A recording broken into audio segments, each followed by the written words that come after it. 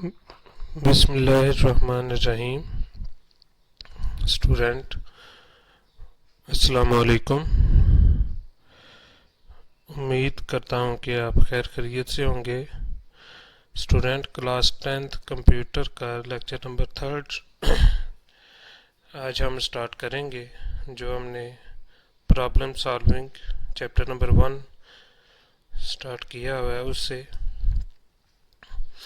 अगर हम last lecture का रिव्यू देखें तो आपने देखा था कि जो स्टेप्स हैं उनमें प्रॉब्लम आइडेंटिफिकेशन के बारे में डिस्कस किया था और स्पेसिफाई रिक्वायरमेंट के बारे में हमने डिस्कस किया था।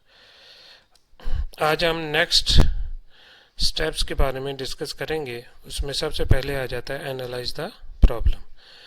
एनालाइज का मतलब ये होता है बेटा तज्जिया करना, एनालाइज करना प्रॉब्लम को। फॉर एग्जांपल, अगर आपका जो प्रोग्राम है वो लेंथी है तो आप उसके पार्ट्स कर लेते हैं कि पहले पार्ट से ये सॉल्व होगा, देन ये होगा, देन ये होगा। तो इसका मतलब है कि आप अपनी प्रॉब्लम को एनालाइज कर रहे हैं। इस स्टेज में प्रॉब्लम को डिकम्पोज किया जाता है सब प्रॉब्लम में, यानी उसके पार्ट्स बनाए जाते हैं एनालाइज के अंदर, ताकि जो प्रोग्रामर है उस प्रॉब्लम को आसानी के साथ सॉल्व कर सके और उसका सिंपल सा सलूशन निकाल सके। और ये जो प्रॉब्लम को डिकम्पोज करते हैं ना, इसको टॉप डाउन डिज़ाइन भी कहते हैं।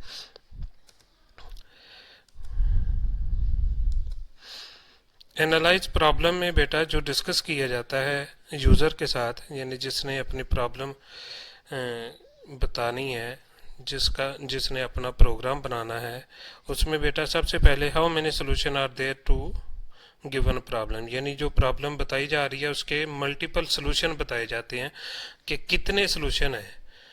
उनमें से फिर यूज़र कोई एक चूज करता है which one is the best solution. उनमें से जो बेस्ट सोल्यूशन होता है वो यूज़र चूज कर लेता है। देन फिर ये भी चेक किया जाता है कि क्या जो प्रॉब्लम है वो कंप्यूटर के ऊपर सॉल्व हो भी सकती है कि नहीं हो सकती। और फिर उसका इनपुट और आउटपुट का मेथड चेक किया जाता है कि इनपुट कैसे की जानी है और आउटपुट कैसे की जाती है। और लास्ट पे बेटा जो बिगर प्रॉब्लम है उसको कैसे जो है वो डिवाइड करना है स्मॉल प्रॉब्लम में, ताकि उस प्रॉब्लम को सॉल्व किया जा सके। जैसे जी आप दो डायग्राम भी देख रहे हैं कि इसमें एनालाइज किया जाता है प्रॉब्लम को और फिर बाद में उसका सलूशन निकाला जाता है। और इसी तरह वो सेकंड एग्जांपल है कि उसमें जितनी भी वो प्रॉब्लम है उनको वो सोच रहा है कि वो कैसे एनालाइज करेगा। नेक्स्ट है बेटा design algorithm and draw flow chart.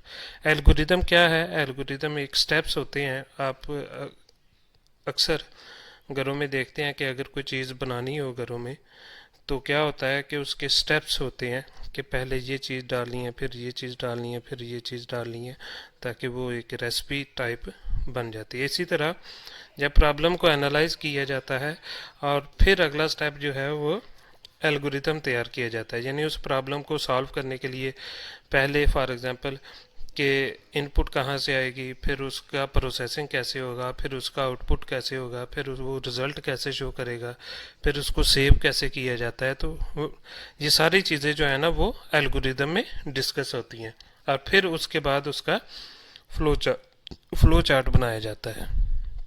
जिस तरह designing the algorithm required to develop a finite list of step, यानी ये एक आखिरी स्टेप्स होता है एनालाइज के बाद एक प्रॉब्लम को सॉल्व करने का। एल्गोरिदम में क्या होता है बेटा? एल्गोरिदम में एटलीस्ट 3 स्टेप्स को जो है वो डिस्कस किया जाता है।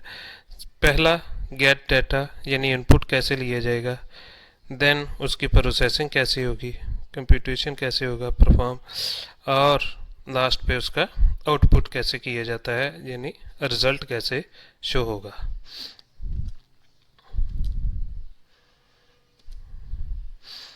फिर प्रोग्राम है, प्रोग्राम की डेफिनेशन आपने 9th में भी पढ़ी थी कि set of instruction given to a computer to solve a particular problem को, यानी ऐसे इंस्ट्रक्शन जो हम कंप्यूटर को देते हैं। मैंने पहले भी बताया था कि कंप्यूटर इटसेल्फ कुछ भी नहीं करता, हम इंस्ट्रक्शन देते हैं तो then computer according to instruction उसको परफॉर्म करता है। तो वो जो इंस्ट्रक्शन हम देते हैं, मसलन अगर 2+2 की एग्जांपल भी लें तो जो प्लस का ऑपरेशन है इट्स मीन कि हम इंस्ट्रक्शन दे रहे हैं कि इन 2 डिजिट को प्लस करके दो, तो ये भी एक प्रोग्राम है। तो जो भी इंस्ट्रक्शन हम कंप्यूटर को देते हैं उसको प्रोग्राम कहते हैं। एल्गोरिदम में डेस्क चेकिंग आ जाती है। डेस्क चेकिंग में क्या होता है कि जो एल्गोरिदम का प्रोसेस है उसको केयरफुली ऑब्जर्व किया जाता है, एल्गोरिदम की वर्किंग को on the paper for some test data को टेस्ट करने के लिए, तो उसको डेस्क चेकिंग कहते हैं। Draw the flow chart, then जब एल्गोरिदम बन जाता है तो फिर हमारा अगला स्टेप एक फ्लो चार्ट ड्रा करना होता है। फ्लो चार्ट बेटा एक मैप है, एक नक्शा है। जिस तरह अगर एक प्लॉट है तो प्लॉट के सबसे पहले आप तैयार करने से पहले आप नक्शा तैयार करते हैं कि इतने उसमें रूम्स होंगे, इतने ड्राइंग रूम होंगे, इतने वॉशरूम होंगे, किचन होगा, इस तरह। और इसी तरह प्रोग्राम के अंदर भी क्या किया जाता है कि जब एल्गोरिदम तैयार किया जाता है तो फिर उस प्रोग्राम को सॉल्व करने का एक सीक्वेंस बनाया जाता है, एक फ्लो चार्ट बनाया जाता है कि इस प्रोग्राम ने चलना कैसे है, तो उसको कहते हैं ड्रा द फ्लो चार्ट।